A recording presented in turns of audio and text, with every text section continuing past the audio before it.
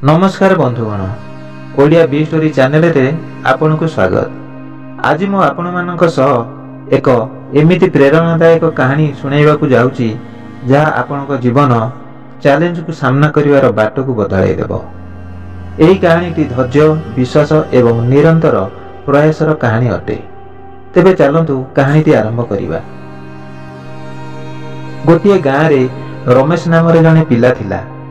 पिला दिनरू से ता जीवन रे बहुत संघर्ष करिथिला, कारण से जेतेबेले छोट थिला ता पिताଙ୍କର मृत्यु हो जाइथिला। तेणु घरर समस्त भार तांको उपरे थिला। से बहुत कठिन परिश्रम करुथिला, किंतु ताकू परिश्रमर फल मिलु नथिला। से सर्वदा अनुभव करुथिला जे ता भाग्य बहुत खराब अटे। जेतेबेले से चाकरी करियाकू शहर को जाइथिले, सेटारे मध्य से विफलतार सम्मुखीन होइथिले। जदि भी ताकू कौनसी चाकरी मिलुथिला, किछि दिन परे ताकू बाहर कर दिया जाउथिला। बेले बेले ताकू ठकामीर शिकार हेबाकू पडुथिला। सदाबेले तांको जीवनर विफलता पई से भाग्य को दायी करुथिले। से भाबुथिले ए सबु मो भाग्यर खेल। थरे रमेश रास्ता रे जाऊ जाऊ तांकर भेट जने सन्थक सहित हेला। सन्थ जनक लोकटीर मनर अस्थिरता बुझी पारिले। तांकू पचारिले, पुओ तुमे एते दुखित कहीं लगुच?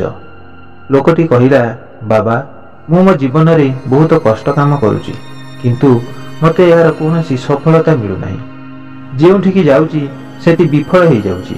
मु मो जीवन रे उन्नति करबाकू चाहूची, किंतु मो भाग्य मते सर्वदा विफलता आड़कू नहीं जाउची। मो भाग्यर खराब पाई मते एपरि परिस्थितिर सामना करबाकू पडुची।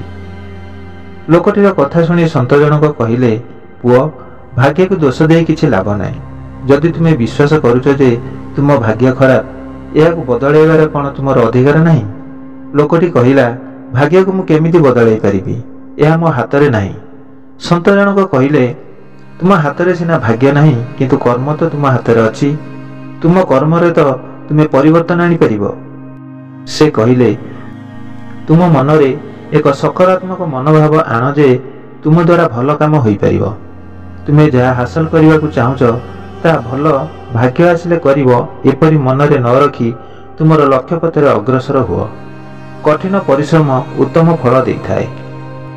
कौनसी काम रे सहजरे हार मान नहीं। संतक कथा सुनी रमेश प्रथम थर पई भाबिला जे से निज परिस्थिति पई दायी होई पारंती। से स्थिर कला जे से भाग्य को दायी करिवे नाही, बरं तार कार्य को संशोधन करने को चेष्टा करिवो। धीरे धीरे निजर काम रे ध्यान देले एवं निजर बुद्धि को निजर कार्य रे लगाइबा आरंभ कले। समयर सहित तांकर कठिन परिश्रम फल देबा आरंभ कला। से बुझी सारिथिला जे जीवन रे चैलेंज आसीबो, किंतु से चैलेंज को सामना करिवार साहस रखिबा दरकार। रमेशर कहानी यह प्रमाण कला जे जदि तुमे कार्य रे मन प्राण दे लागि रहिबो, भाग्य मध्य तुम सपक्ष रे रहिबो।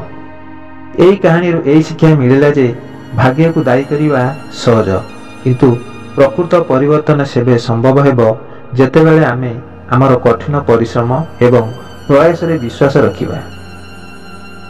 जदि एही कहानीटी आपनकु भल लागि थाए एवं एथिरो आपनकु किछि प्रेरणा मिली थाए, तेबे एही वीडियो को लाइक करंतु, शेयर करंतु एवं चैनल को सब्सक्राइब करबा को भूलंतु नहीं। आपनको मूल्यवान समय देई वीडियोटी को देखिथिबारु अशेष अशेष धन्यवाद। रहिली, नमस्कार।